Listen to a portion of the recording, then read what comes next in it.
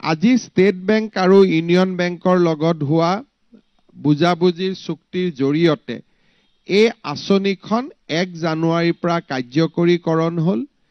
এতিয়াৰ পৰা ৰাজ্য চৰকাৰৰ যিকোনো কৰ্মচাৰীৰ প্ৰাকৃতিক মৃত্যু হ'লেও তেওঁলোকে ষ্টেট বেংক আৰু ইউনিয়ন বেংকৰ পৰা 10 লাখ টকাৰ লাইফ ইন্সুৰেন্স লাভ কৰিব। যদি প্ৰাকৃতিক হয়, ডিজিজৰ কাৰণে বেমাৰত মৃত্যু হয়, তথাপিতো চৰকাৰে আগবঢ়োৱা সুবিধাৰ উপৰিও তেওঁলোকে অতিৰিক্তকৈ আৰু 10 লাখ টকা লাভ কৰিব। ইয়াৰ উপৰিও যদি এক্সিডেন্টেল ডেথ হয় 1 কোটি টকা তেওঁলোকৰ পৰিয়ালে পাব। যদি দুৰ্ঘটনাজনিত মৃত্যু হয়, দুৰ্ঘটনাত যদি তেওঁলোক পাৰ্মানেন্ট ডিজেবল হয় 1 কোটি টকা পাব। আৰু পাৰ্মানেন্ট পাৰ্চিয়েল ডিজেবিলিটি হলে 80 লাখ টকা পৰ্যন্ত এই দুইটা বেংকৰ পৰা কৰ্মচাৰীসকলে লাভ কৰিব। আজিৰ দিনটোত ৰাজ্যৰ প্ৰশাসনীয় ব্যৱস্থাক আৰু এটা আমি নতুন দিগন্তলৈ লৈ গলো।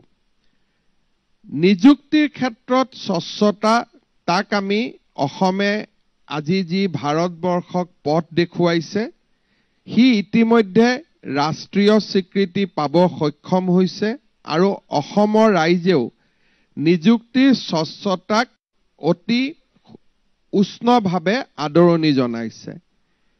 আমি আজিৰ পৰা বদলি বা ট্ৰান্সফাৰ প্ৰক্ৰিয়াত এটা স্বচ্ছতা আনিব খুজিছো। তৃতীয় আৰু চতুৰ্থ শ্ৰেণীৰ কৰ্মচাৰীসকলে ট্ৰান্সফাৰ বিচাৰি চৰকাৰী কাৰ্যালয় দুৱাৰে দুৱাৰে ঘূৰি ফুৰাটো এটা নিত্য নৈমিত্তিক কথা আছিলে। নাৰ্ছৰ পৰা আৰম্ভ কৰি ফাৰ্মাচিষ্টৰ পৰা পুলিচ কনিষ্টবলৰ পৰা তেওঁলোকে চৰকাৰৰ দপ্তৰে দপ্তৰে ট্ৰান্সফাৰ পোষ্টিং বিচাৰি ঘূৰি ফুৰে আৰু বিভিন্ন ক্ষেত্ৰত ই ৰাজনৈতিক হস্তক্ষেপৰো এক প্ৰক্ৰিয়া হৈ পৰে।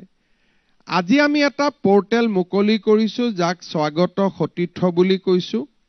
এই পোৰ্টেলটো প্ৰত্যেক বছৰে 1 জানুৱাৰীৰ পৰা 28 ফেব্ৰুৱাৰীলৈকে খোলা থাকিব। ৰাজ্যৰ তৃতীয় আৰু চতুৰ্থ বৰ্গৰ কৰ্মচাৰীসকলে যিমান কৰ্মচাৰীয়ে আবেদন কৰিব খোজে বদলিৰ 1, 2, 3, 4, 5 5টা অপশ্যন দি 5খন জিলাৰ অপশ্যন দি তেওঁলোকে বদলিৰ প্ৰক্ৰিয়াত অন্তৰ্ভুক্ত হ'ব। আৰু এটা পাৰস্পৰিক বুজাবুজিৰে যিমান আমি একমডেট কৰিব পাৰোঁ, অৰ্থাৎ কোনো এখন ইনষ্টিটিউশ্যনক খালী নকৰোৱা কৰি যদি এখন হস্পিটালৰ পৰা এগৰাকী নাৰ্ছ গুচি আহে, তাত সেৱা বন্ধ হৈ যায়।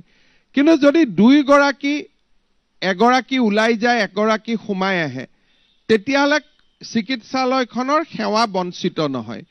সেইকাৰণে আজি আমি এটা নতুন পোৰ্টেল, ভাৰতৰ ভিতৰতে প্ৰথম আমি এটা নতুন স্বচ্ছতা আনিছো যে এতিয়াৰ পৰা তৃতীয় আৰু চতুৰ্থ বৰ্গৰ কৰ্মচাৰী গোটেই বছৰটো ট্ৰান্সফাৰ পোষ্টিং হৈ নাথাকে।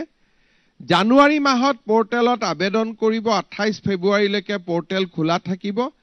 বিহুৰ আগতে 14 এপ্ৰিলৰ আগতে কম্পিউটাৰে ট্ৰান্সফাৰ কৰি দিব, বিষয়াই নহয়।